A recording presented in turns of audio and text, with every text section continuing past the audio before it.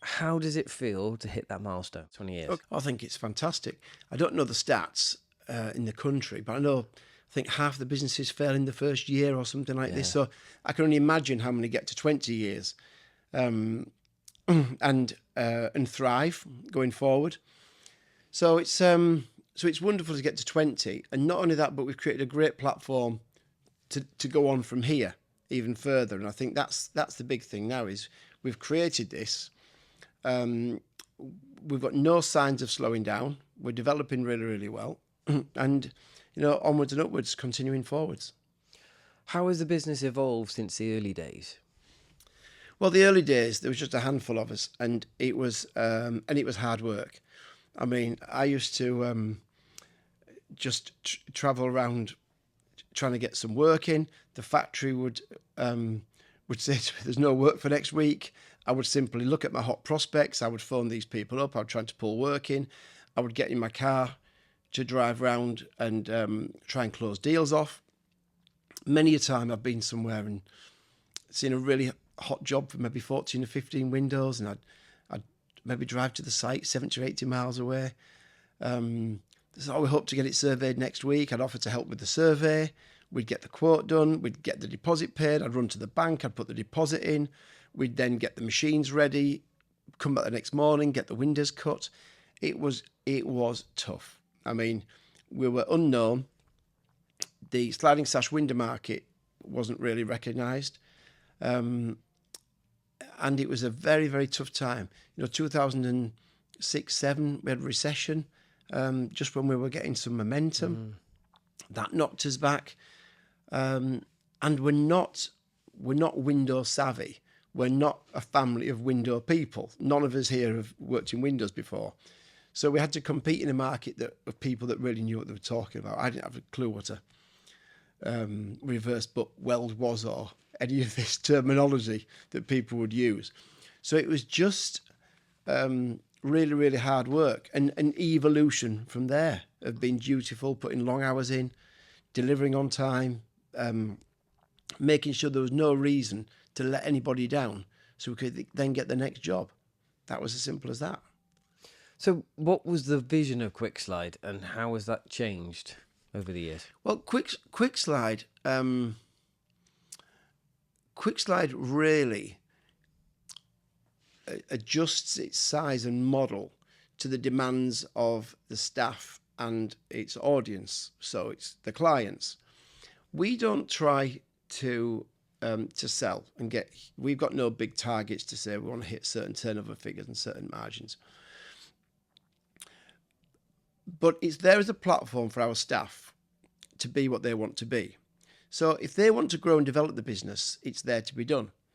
And the same with our clients. If the clients want to develop their certain sector of the market, then they will. If the market suddenly changed and it contracted quite dramatically, we wouldn't just go into administration and look at options for that. We'd just slowly bring the company back into its a size that can manage it. But because we keep sort of doing the right things and creating opportunity for our clients with different initiatives for them to supply more and create a desire from the end user market, and we have some very, very hungry, talented people in the company, its natural evolution has just been to keep compound growth. So, we sit here now looking towards probably a 35, 36 million turnover this year. 10 years ago, we were probably at 12 or 13 million. We haven't tried to do that growth. That growth is just something that's happened because of the initiatives that we've done and because of the skills and desires of the staff. If we said this company is only going to be a £10 million company, then many of the really talented entrepreneurial staff members we've got would have to move on to new pastures. But we can expand this business. And a lot of the expansion has happened because our clients are really enjoying what we're providing to them. Therefore, they supply more to the end users and we have to manufacture more, so the turnover increases.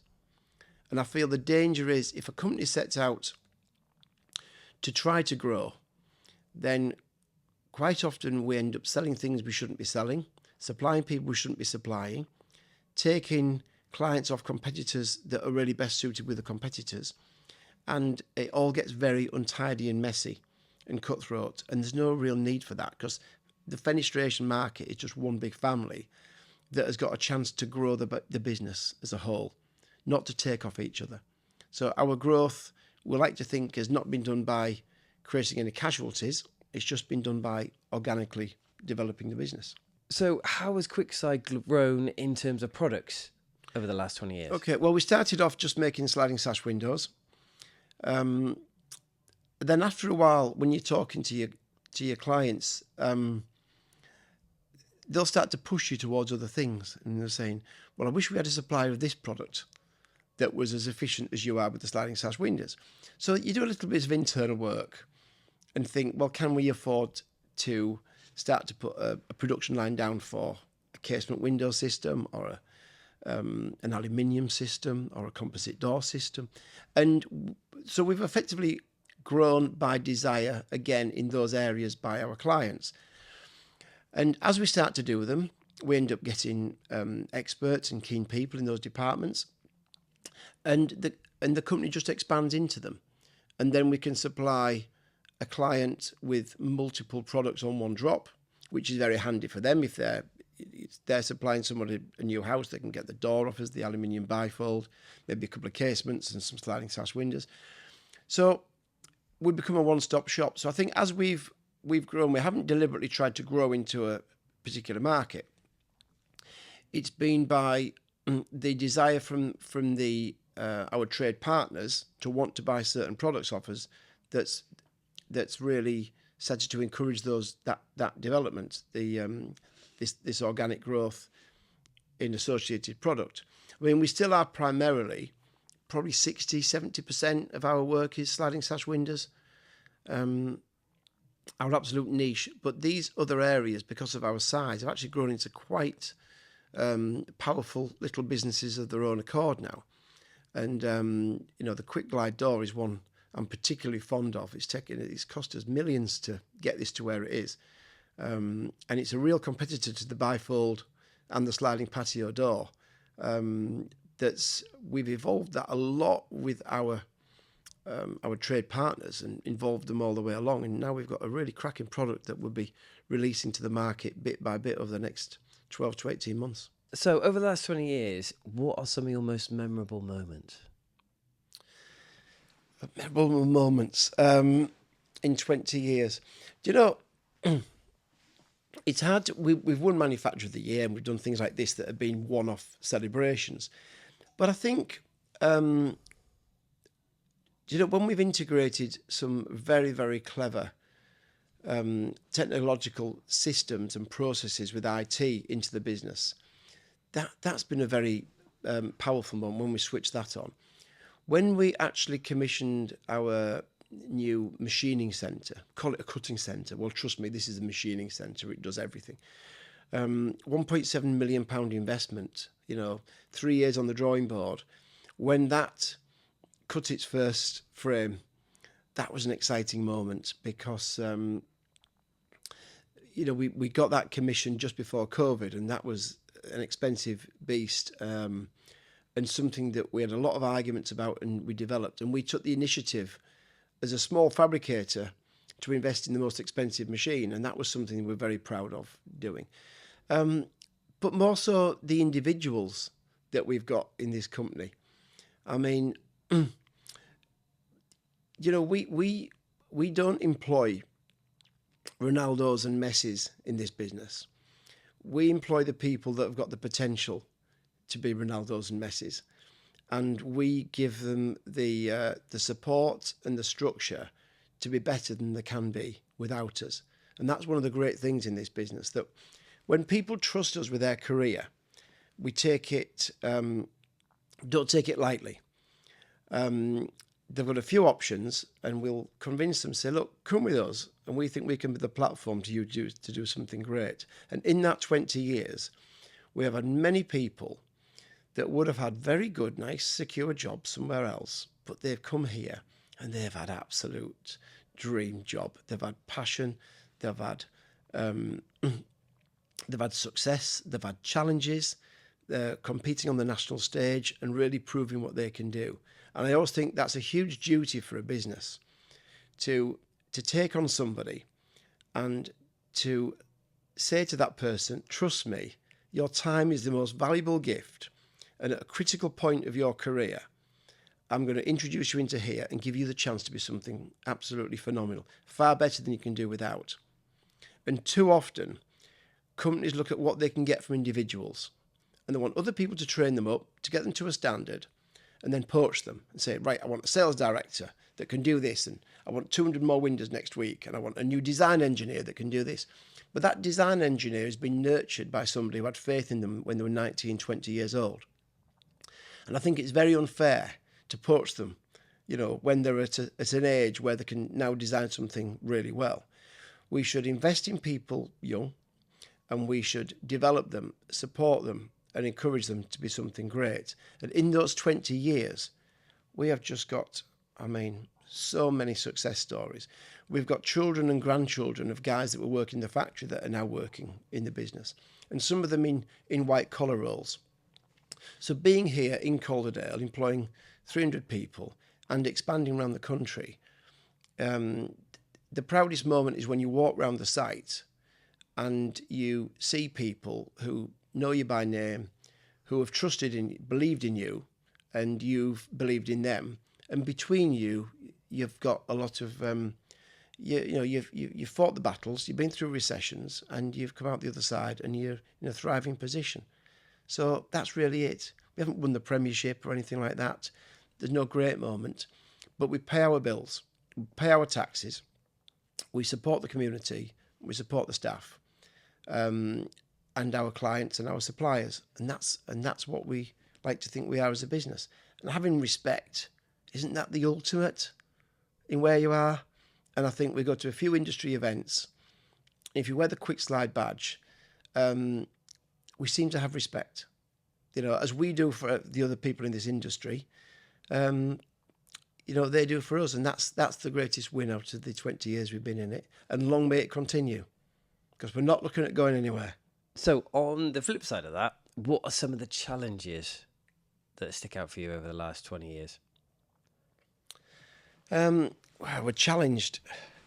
We've been challenged over the last 20 years, time and again, with the market. You'll never get parity between what people want to order at one time and what people want to supply, and how the competition are going to work. And I said to my bank manager, we've only ever got 2 or 3 weeks work. So you build this huge factory, you put all the machines in it, and say, well, what's your pipeline for orders? 3 weeks. It's all we've ever got. And if we failed overnight, then suddenly we've got nothing. So we've had many, many challenges. But during those challenges, and that's been down to machine failures, we're threatened all the time by cyber problems, which is a real issue for us. We've got 5 or 6 people employed just to protect the business against cybercrime, which is so nasty, and it's affected this industry hugely over the past few years. But at the start we had cash flow challenges. We worked together with our suppliers really well and our clients to overcome that. And I think they've all benefited going forwards, and now part of a bigger picture. But really, the challenges have never been really too big to affect the business. We've always powered through. We've had suppliers and we've had customers that have had issues, but because of our position, we've also to help them through. And we've had people in the company, obviously, with that many people. We've had bad illnesses, we've had bereavements, we've had family bereavements, all sorts of challenges. But we've managed to just work through it and come through to where we are now. And we'll have challenges going forwards. But we like to think we're aware, and give our clients a chance to compete on the national stage. And sort of on that note, have you learned any big lessons? Well, the biggest lesson is complacency. We touched that on with the awards. When you win an award, you can become complacent. Now, I do less and less in the business now on a practical level because we've got a phenomenally strong team here.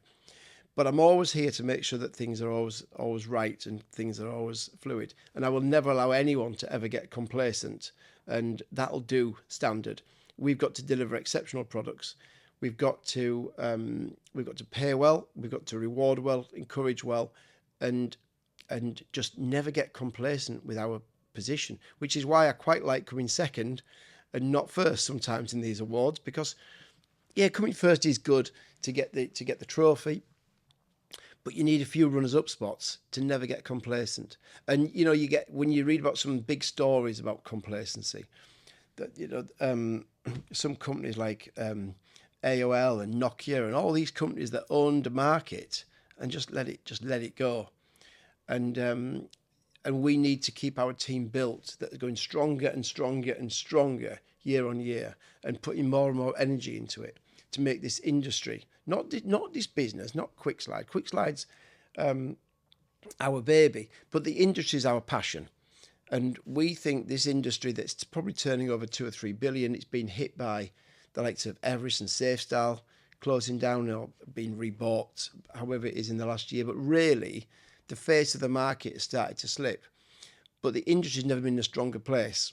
And we need to be part of this powerful move to make the fenestration market the biggest part of the home improvement development in the UK. It improves security, it improves ecology, it improves the aesthetics, and really it's something that, because we've lost the Everest, we've lost a lot of the adverts in between Coronation Street, and we've lost the awareness of the market. And I think we all need to get together and start to keep re-promoting this business to make it bigger and more powerful than ever been. We'll never get complacent, and part of the energy of us all coming together will hopefully mean the industry just gets stronger and stronger as we go forward. I think you've touched on it throughout this, but what sets Quickslide apart from its competitors? Yeah, so setting Quickslide apart from competitors, each competitor we've got has got a niche. I mean, we are an industry that is surrounded by phenomenally good quality manufacturers, which is enjoyable. But I mean, what Quickslide does to set it apart, firstly, we don't actually try to take anything from our market. We try to grow the market. We give people an opportunity in the business to become better than they could be without us. We give every support we can. And we hurt our customers, our trade partners. So if you're a trade partner of Quickslide, we provide you an opportunity to be able to sell great products into your region and give you an opportunity. And I said that we had a recent sales meeting, and I said there, this isn't for us to sell. Our trade partners, our clients, it's got to be the right thing for them. And if it's not the right thing for them, we don't want to be supplying our products to them. And that's a key thing. If somebody else can supply products better than we can in their particular need, then let them do it, because you'll only have tiers going down the line. We need to focus on the right partners developing the right products and systems in the right areas, not just saying we can supply windows, let's take the work off you and supply somebody else. We have got to focus on the right people. We supply probably less than 1% of the market. Nobody needs to supply too much of the market size. And it's just important that we just continue with the right people doing the right things and not try to take a lot from anywhere else. So what's next for Quickslide, and how do you stay relevant? Okay. So what's next for Quickslide? Do you know, there is more sizzle in our sausage than there has ever been. We have got so many initiatives, and this is what's so wonderful, is that initiatives are just put across my desk all the time from different departments that I'd never ever think about. And I think that's what makes you feel really special. When there's ideas coming to you that you think, wow, how have you thought about that? And that is coming from product, from systems, from transport initiatives. How can we make transport safer? with curbside deliveries and notifications, paperwork less. So, do you know, there is so much going on here that I don't know about. And that's what makes this business so exciting, that I don't need to be the driver anymore. I've created the platform, the theatre, and these people are just banging initiatives forward. So in short, I don't really know. I think it's watch this space. But what I do know is there are tons and tons of great initiatives. And, I would love to be a trade partner of Quickslide right now, because I just know that there's so much going on that is always going to enhance the marketplace.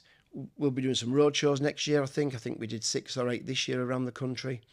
They were exciting because we got great feedback from the market about where we're going and where we sort of need to go, and we're forever trying to readjust. I think we've all got to remember that an aeroplane is only on course for its destination about 2 or 3% of its journey. The rest of the time, it keeps adjusting to get there. And I think that's where we need to be as well. We don't know exactly where we're trying to get to. We're just wandering across here. We will get there, but the journey we take will keep changing. And as it changes, we'll just keep realigning the sails or the rudders to get us there. But because we look after our staff so well, then we're not in fear that these people are really going to leave and grow somewhere else. One of my sayings is, if you think the grass is greener somewhere else, start looking after your own garden. Because otherwise you'll be hopping from garden to garden until you get back to where you started and find somebody else who's looking after your garden. So because we have got so many talented people with the right environment, initiatives are going to happen. And what they are, we never really know. I know what the short-term ones are, but the longer-term ones, we never know. But what we do know is it's going to happen, and it's going to happen in Calderdale at Quickslide. Any final thoughts on the 20 years? I'd just like to say a huge thank you to those people that trusted me. The clients that I was banging on their doors 20 years ago saying, please, buy some sash windows off me. We've got to fill a factory, feed some faces, and we'll help you going forward. Those people, I like to think, have been repaid many, many times over by being at the leading edge of as a trade partner. The suppliers that have trusted in us and developed the products, and we've shouted at and screamed at and said, you need to improve. Rather than jump suppliers, we like to work with them. They've had their share over the years. And those staff that could have worked somewhere else, and they've chosen to invest in a fledgling little business in Brighouse, making windows. These are seriously talented people that could have worked on some pretty big stages, but they've said, no, I believe in this. So they've given us their careers. The staff in the factory, absolutely phenomenal, stalwart. Some guys that have not had a day off sick in 20 years. I think from the day we started, we had about 18 staff, and I think 11 of them are still here in the factory. Wow. I think that's pretty good. So it's a huge thanks to everyone, and also a demonstration of what can be done in business. And those people, they had belief in us. And we've had tough times. We've never not paid a bill. We've never not supplied any products. We've never not done any after-sales work. And we'd like to think we've never let anybody down. And that feels far better than, any of the monies that you make in business. Just the fact that, as I said before, you command some respect. And that's a nice feeling. And onwards and upwards, that's our badge of honour. Brilliant. Thank you very much for your time, Aid. Okay, thank you.